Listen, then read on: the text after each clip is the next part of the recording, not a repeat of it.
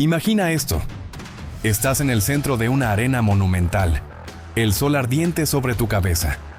Decenas de miles de voces gritan tu nombre, un rugido ensordecedor que hace temblar los cimientos de piedra.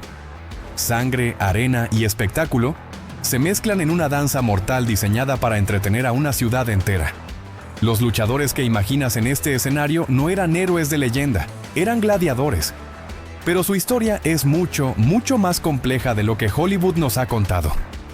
Hoy vamos a viajar en el tiempo para descubrir la verdad detrás del mayor espectáculo del mundo antiguo. ¿Quiénes eran realmente estos hombres? ¿Por qué arriesgaban su vida en la arena? ¿Y qué se escondía tras las imponentes puertas del Coliseo? Prepárate, porque estás a punto de entrar en el mundo real de los gladiadores romanos. Para entender su origen, debemos retroceder aún más. Los primeros combates no nacieron como un entretenimiento, sino como un sombrío ritual funerario. Inspirados por las costumbres etruscas, los romanos creían que ofrecer sangre en honor a los difuntos apaciguaba a los dioses y honraba su memoria. Eran ofrendas solemnes, un tributo de vida en el umbral de la muerte. Pero Roma, con su insaciable apetito por la grandeza y el espectáculo, lo transformó todo. Lo que comenzó como un rito sagrado para honrar a los muertos, evolucionó hasta convertirse en el entretenimiento de masas más grande del imperio. Para el siglo I a.C., estos combates ya no se celebraban en funerales privados, sino en anfiteatros construidos específicamente para albergar a multitudes sedientas de emoción. Y ninguno fue tan famoso, tan colosal, como el anfiteatro Flavio, que la historia recordaría como el Coliseo. Esta maravilla arquitectónica podía albergar a más de 50,000 espectadores. 50,000 almas unidas en un solo grito, pidiendo sangre, pidiendo espectáculo. Ahora, cuando pensamos en gladiadores, a menudo nos viene a la mente la imagen de Russell Crowe en Gladiator, un general traicionado convertido en esclavo que lucha por venganza. Pero la realidad era diferente. La mayoría de los gladiadores efectivamente no elegían esa vida. Eran esclavos comprados para la arena, prisioneros de guerra capturados en las fronteras del imperio o criminales condenados a morir luchando como castigo. Para ellos, la arena no era una opción, era una sentencia. Sin embargo, y esto es fascinante, también había hombres libres que se ofrecían voluntariamente. ¿Por qué alguien elegiría una vida tan peligrosa? Las razones eran variadas. Algunos estaban ahogados por las deudas y veían en la arena una salida económica. Otros buscaban la fama y la gloria que no podían encontrar en ningún otro lugar. Ser un gladiador exitoso te convertía en una celebridad, admirado por hombres y deseado por mujeres. Eran las estrellas de rock de su tiempo. Estos hombres, ya fueran esclavos o libres, no eran simplemente lanzados a la arena.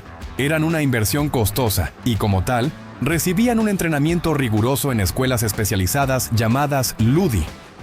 Estos centros eran una mezcla de cuartel militar, prisión y gimnasio de alto rendimiento. Allí, bajo la estricta disciplina de un lanista o dueño, aprendían a convertirse en máquinas de combate, y no todos luchaban igual. Existían diferentes clases de gladiadores, cada uno con su propio equipo y estilo de lucha, creando enfrentamientos visualmente atractivos y estratégicamente interesantes. Estaba el murmillo, con su gran escudo rectangular y su espada corta, un tanque humano. Su oponente común era el tracio, más ágil, con un pequeño escudo cuadrado y una espada curva y letal, la sica. Y luego estaba el retiario, el más expuesto de todos, armado solo con una red, un tridente y una daga. Su lucha era un ballet mortal de velocidad y astucia contra fuerza bruta. Cada gladiador era un atleta, un soldado y un actor, todo en uno. Su cuerpo era su arma, su estilo, su firma.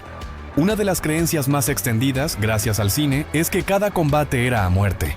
Ave César, los que van a morir te saludan, ¿verdad? Bueno, aunque la frase es famosa, la realidad es que la mayoría de los combates no terminaban con la muerte de uno de los contendientes. Los registros históricos y arqueológicos sugieren que solo alrededor de 1 de cada 5, o quizás 1 de cada 10 combates, resultaba mortal. Piénsalo desde un punto de vista económico. Un gladiador bien entrenado era un activo increíblemente valioso. Entrenarlo, alimentarlo y cuidarlo costaba una fortuna. Los lanistas no querían perder su inversión en la primera pelea. A menudo, los combates terminaban cuando un gladiador resultaba herido o se rendía levantando un dedo. La decisión final sobre su vida o muerte recaía en el editor de los juegos, a menudo el emperador, quien solía seguir el deseo de la multitud. Pero perdonar la vida a un luchador valiente era una práctica común. Los juegos, conocidos como munera, no eran solo diversión. Eran una herramienta política de un poder inmenso. Los emperadores y los políticos ricos los financiaban para ganarse el favor del pueblo. Era la famosa política de panem et circenses, pan y circo. Mientras la plebe tuviera el estómago lleno y la mente entretenida con espectáculos sangrientos, sería menos propensa a rebelarse. El Coliseo era un escenario donde el poder del emperador se exhibía de la forma más visceral posible. Y los combates no siempre eran entre hombres. Para añadir variedad y exotismo se organizaban las venaciones, o cacerías de animales. Los gladiadores o cazadores especializados llamados venatores se enfrentaban a bestias traídas de todos los rincones del imperio. Leones de África, tigres de Asia, osos de Europa e incluso rinocerontes. Imagina el rugido ensordecedor de un león mezclado con el grito de 50,000 personas. Roma exigía emociones cada vez más fuertes, y los organizadores se las daban. Pero, ¿cómo era la vida fuera de la arena? Era dura y disciplinada. Los gladiadores vivían en los barracones de los ludi, entrenando sin descanso. Su dieta, curiosamente, era muy específica. Los análisis de huesos de gladiadores han revelado que consumían una dieta rica en carbohidratos, principalmente cebada. Esto les valió el apodo de ordeari, u hombres de cebada. Esta dieta no era para que estuvieran delgados y musculosos como los héroes de acción de hoy, sino para crear una capa de grasa protectora sobre el músculo, que podía amortiguar cortes superficiales y evitar daños en órganos vitales. Para muchos, el objetivo final era la libertad.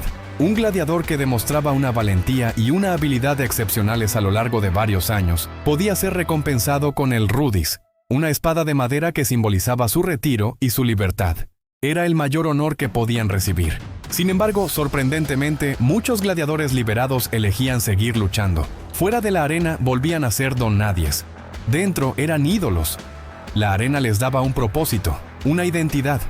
Un caso increíble es el de Flama, un gladiador sirio que luchó 34 veces, ganó 21, empató 9 y solo fue derrotado 4 veces. Lo más asombroso es que le ofrecieron el rudis en 4 ocasiones distintas y las 4 veces lo rechazó para seguir peleando. ¿Por qué?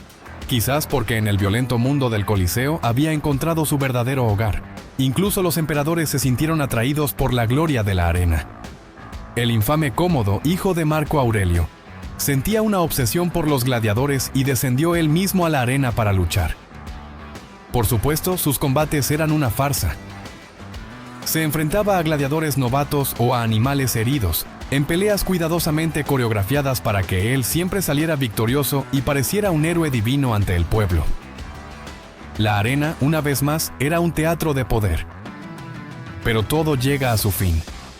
Con el ascenso del cristianismo en el Imperio Romano, los valores comenzaron a cambiar. La nueva fe veía los juegos como una brutalidad pagana, una celebración de la muerte que iba en contra de sus principios. Poco a poco, los juegos perdieron popularidad. Los anfiteatros se fueron vaciando, los ludi cerraron sus puertas y finalmente, en el siglo V, los combates de gladiadores fueron prohibidos para siempre. El rugido del Coliseo se apagó. Hoy, las ruinas de estos anfiteatros son un recordatorio silencioso de una era de sangre y espectáculo. Pero el legado de los gladiadores perdura. Representan la lucha humana en su forma más extrema, la resistencia contra un destino impuesto, el sacrificio por un instante de gloria y la búsqueda de la libertad en el lugar más inesperado. Fueron esclavos que se convirtieron en símbolos, prisioneros que se transformaron en leyendas. Hombres que lucharon, no siempre por venganza o por un ideal noble, sino por algo más simple y profundo: ser recordados. Y aunque las piedras del Coliseo se desmoronen con el tiempo, su eco sigue resonando en nuestra cultura, recordándonos la compleja y fascinante verdad que se esconde detrás de la leyenda. Gracias por acompañarme en este viaje a la antigua Roma. Si te ha gustado descubrir la historia real de los gladiadores, no olvides darle a me gusta, suscribirte al canal y activar la campanita para no perderte nuestras próximas aventuras históricas. Nos vemos en el próximo video.